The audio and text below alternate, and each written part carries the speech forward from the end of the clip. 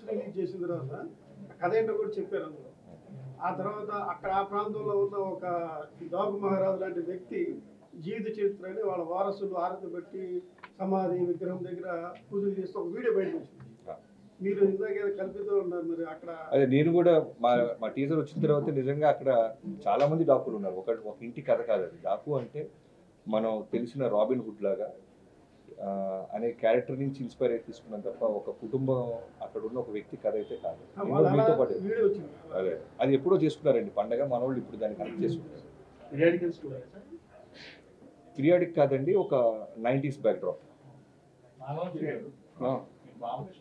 మరి ఏజ్ చెప్పే మాట ఏంటి సినిమా ఒక మాటలో చెప్తాను. ఇందాకే చెప్పే కదండి మీరు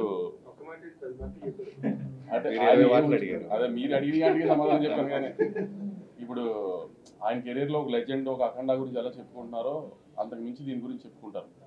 ఆయనకి ఒక లైబ్రరీ సినిమా ఇస్తున్నాం డెఫినెట్ గా. ఫ్యాన్స్ చాలా వీరంగా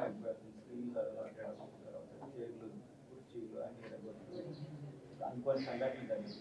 అంటే ఇప్పుడు ఇలాంటి పరిస్థితుల్లో హీరోలకి ప్రొడ్యూసర్లకి కొంచెం బాధ్యత పెరిగింది. అంటే ఈ సినిమా ఇట్లాంటి సంఘటనల తర్వాత మీరు ఎలాంటి జాగ్రత్తలు తీసుకుంటారు సార్?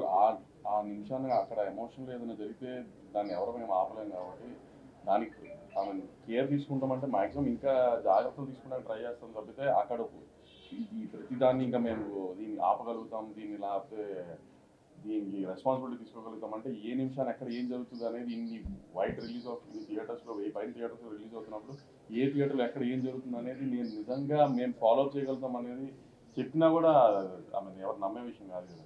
సో ఎక్కడైనా ఏదైనా జరిగితే దాన్ని కేర్ తీసుకోవడం చేయగలుగుతాం తప్పితే ఎంత మ్యాక్సిమం అవాయిడ్ చేయడానికి ట్రై చేయొచ్చు, అవాయిడ్ చేస్తాం. కానీ ఎక్కడైనా చిన్న అక్కడెక్కడ యాక్షన్ జరిగితే మన చేతుల్లో ఉండవు కదండి. ఇప్పుడు గవర్నమెంట్ చాలా సీరియస్గా ఉంది. ఇలాంటి సిచ్యువేషన్స్ తర్వాత అందరినీ రెస్పాన్సిబుల్ చేసే ప్రయత్నంలో ఉన్నారు. దానికి మీరు ఎలా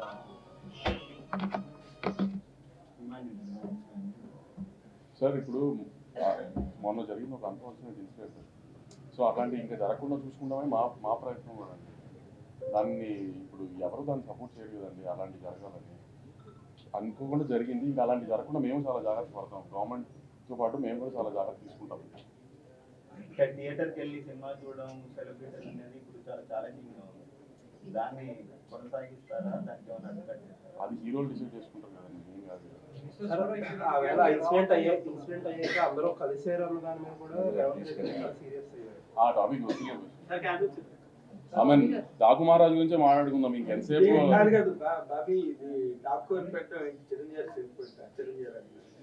మీరు ఇండియా నుంచి మీ పోస్టర్ అయితే చిరంజీవి గారి దాకే వస్తుంది. మీ ప్రశ్నలు దాని మీదే అడుగుతున్నారు. చిరంజీవి గారి అభిమాని అంటే మోస్ట్ ప్రొక్లైమ్డ్ చిరంజీవి గారి అభిమాని ఎన్టీఆర్తో పెద్ద హిట్ ఇచ్చి తర్వాత ఇమీడియట్ సినిమా బాలకృష్ణ గారితో చేస్తున్నారంటే 100% ఆ క్యూరియాసిటీ కానీ ఆ ఇన్క్యూజిటివ్నెస్ అండ్ ఎక్సైట్మెంట్ అవన్నీ బాగా ఎక్కువ ఉంటాయి. దాన్ని మీరు ఎలా మీట్ అయ్యారంటే నిజంగా it's really challenge for a director. అదే నాకంటే కాన్ఫిడెంట్ వంశీ గారు చెప్తున్నారు. నా ప్రీవియస్ సినిమాల కన్నా ఈ సినిమా నెక్స్ట్ లెవెల్లో ఉంటుంది. కథ పరంగా కానీ, ఫైట్స్ పరంగా కానీ, విజువల్ పరంగా కానీ, అన్ని విధాలుగా. సో ఇప్పుడు బాలకృష్ణ గారితో చేసిన తర్వాత మళ్ళీ నెక్స్ట్ ఇంకో హీరోతో చేస్తే మళ్ళీ ఆ హీరో ప్రీవియస్ సినిమాలు ఏంటి, మనం ఏం చూపిస్తున్నాం అనే హోంవర్కే ఉంటుంది. వంశీ గారు మళ్ళా బాబీ గారు చిరంజీవి గారితో ట్రై చేస్తున్నారని తెలిసింది. మళ్ళీ మీరు ఏదో చేసే అవకాశం ఉందా? ఇంకా నాకు చెప్పలే బాబీ. నేను బాబీ గారు వేరే ప్లాన్ చేసుకుంటున్నాను. చిరంజీవి గారు అని ఇచ్చిన చెప్పలేదు కానీ కొంచెం పెద్ద స్కేల్లో వేరేగా ప్లాన్ చేస్తున్నాను. కొంచెం టైం తీసుకుంటారు సందర్భం. బాబీ గారు బాలకృష్ణ సినిమా అంటే మీకు ఎదురైన మోస్ట్ ఛాలెంజ్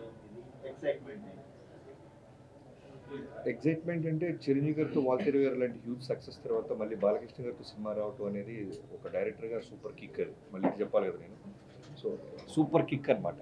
ఆ కిక్ని అచీవ్ చేయడానికి టీం అందరం కలిసి బాగా ఎఫర్ట్స్ పెట్టాం. నెంబర్ ఆఫ్ అవర్స్ పేపర్ మీద పెట్టాం. అలానే పోస్ట్ ప్రొడక్షన్ మీద పెట్టినాం. సినిమా డే బై డే ఆర్ఆర్తో జరుగుతున్న గ్రోత్ కానివ్వచ్చు, ఫైనల్ మిక్సింగ్ కానివ్వచ్చు, చూస్తున్నప్పుడు ఎప్పుడు జాంట్ కొలత వస్తుందా అని అంత ఒక అడ్రినల్ రష్ మా అందరికీ పంప్ అవుతుంది. So waiting. అంటే ఈ సినిమా సరే ఈయన అడిగారు కదా, మామూలుగా ఇప్పుడు ఒక బాలకృష్ణ గారి సినిమా, బాబీ గారు వాళ్ళ దగ్గర వేరే తర్వాత తీసిన సినిమాని మీరేం ఎక్స్పెక్ట్ చేస్తున్నారు మీడియా గారు? డబ్బులు ఉండాలి అని అనుకుంటున్నాను. వాళ్ళ దగ్గర వీరయ్యతో కంపారిజన్ అనంటారు, సినిమాగా మీరేం ఏం ఎలిమెంట్స్ ఉంటాయి, ఏమి ఉంటే బాగుంటుంది అని ఎక్స్పెక్ట్ చేస్తున్నారు? నార్మల్ గా మీరు అడిగిన దానికి నేను చెప్తాను సార్. ఇప్పుడు బాబీ ఒరిజినల్ గా మంచి ఎమోషన్ ని బాగా పంప్ చేయగలడు సినిమాలో, అండ్ ఆ ఎమోషన్ ని బ్యాలెన్స్ చేయడం, సెంటిమెంట్ కానీ యాక్షన్ కానీ ఎనీథింగ్. అది బాలకృష్ణ గారికి ఒక డోస్ ఎక్కువ ఉంటుంది నార్మల్ గా ఆయన సినిమాల్లోని. దాని మీద బాగా వర్కౌట్ చేసి దాన్ని బాగా ప్రజెంట్ చేసినట్టుగా మాకు అనిపించింది ఆ విజువల్స్. నాకు పర్సనల్ గా అనిపించింది ఈ 100% must have done a bit more work on that. ఆ ఎమోషన్ గ్యాప్ ని బాగా అడ్వాంటేజ్ తీసుకోవడానికి అది అనిపించింది. 100% ఇట్ విల్ పే, బాబీకి పే చేస్తుందని అనిపించింది. అంటే ట్రైన్ ఆపడం, బస్సులు ఆపడం కాకుండా ఇంకేమైనా ఎక్స్ట్రా ఇంకా తీసుకెళ్ళారా ఇందులో? సార్ ఈ సినిమాతో బాబీ గారు సాంగ్స్ అలాగే డైలాగ్స్ ఎక్కువ అందరినీ అంతకంటే కూడా హుక్ స్టెప్స్ అందరినీ అట్రాక్ట్ చేస్తుంది. సో ఈ సినిమాలో బాలకృష్ణ గారి నుంచి ఎన్ని హుక్ స్టెప్స్? ఇక ఖచ్చితంగా రేపు మేము ఒక సాంగ్ దాచిపెట్టాం ఫ్యాన్స్ పాయింట్ ఆఫ్ వ్యూలో. సో అది వస్తే మాత్రం సాలిడ్గా ఉంటుంది step. One of the best mass song రాబోతుంది. డ్యాన్స్ బీట్ ఉండదు, దాంట్లో హుక్ స్టెప్స్ ఉంటాయి. అలానే ఆ సాంగ్లో మిగతా సాంగ్స్ కన్నా బాలకృష్ణ గారు ఇంకా అందంగా ఉంటారు. షార్ట్లో ఉన్నాడు. మహారాజ్ అనేది బాలకృష్ణ గారి ఇమేజ్ ఎంతవరకు కరెక్ట్ అనుకుంటున్నారు? ఎందుకంటే ఆయన ప్లస్ ఒక నేమ్ ఉన్న వ్యక్తి, లెజెండరీ. సో ఆ టైటిల్ దాంతో పాటు రాబిన్ హుడ్ లాంటి క్యారెక్టర్ అంటే ఎట్లా యాక్ట్ అవుతుంది? అంటే మీరు సినిమా చూస్తే నేను ఎందుకంత ప్రతిసారి Jan 12th దాకా వెయిట్ చేయాలంటున్నానంటే, ఇప్పుడు నేను చెప్పేస్తే మీ ఆ ఎక్స్పీరియన్స్ మిస్ అయిపోతారు ఫ్యాన్స్ కానీ ఎవరైనా సరే.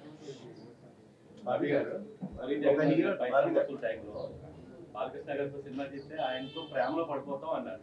ఈ సినిమాతో ప్రేమలో పడ్డారు ఆయనతో? 100% పడ్డామండి. ఎవరైనా పడతారు బాలబాబు గారు.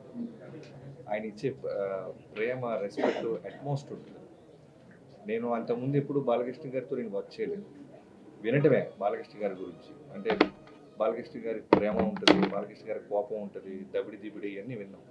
కానీ వర్క్ చేస్తున్నప్పుడు ఆ ఎక్స్పీరియన్స్ నిజంగా ప్రతి డైరెక్టర్ పొందాలని కోరుకుంటున్నాను. ఎస్పెషల్లీ యంగ్స్టర్ డైరెక్టర్స్ కనుక ఆయనతో పనిచేయగలిగితే మాత్రం మనం ఇక్కడ ఏది అనుకుంటే అది స్క్రీన్ మీద రిఫ్లెక్ట్ చేయొచ్చు. అంత ఎక్స్ట్రాడినరీ యాక్టర్. మోర్ ఇంపార్టెంట్లీ అండి అన్స్టాపబుల్ స్టార్ట్ అయింది.